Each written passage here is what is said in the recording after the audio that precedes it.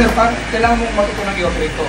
Ang meron kang mga function dito ng filter, backwash, rinse, close, whatever. Pero ang pinaka-main ano mo rito is yung filter. Yung filter, ang trabaho niya, hihigupin yung tubig, and then lalagay niya rito, and then babalawan niya, and then babalik niya naman ulit. So, yun ang filter siya.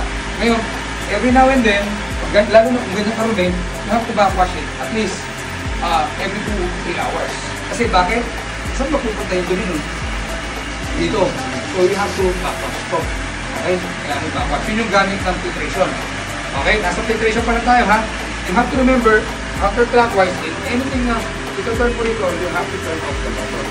Pag ino-open mo ngayon yung swimming pool, gusto mong paandarin ito, you have to make sure na may naka-on kang valve.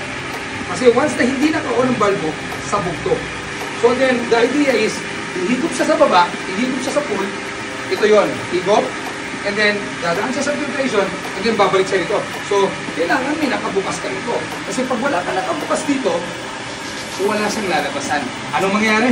Sabog dito. Basta bottom line, hindi dapat nawawalan ng tubig si jacuzzi at gano'n din swimming pool. Kasi pag nawala ng tubig sa jacuzzi, tapos humihigop siya, hangin na makukuha. That's why ngayon, dahil wala pa tubig yung jacuzzi, sinasara ko muna to. Para yung tubig na galing sa pool, binabato niya lang doon, makabalik na yung dito sa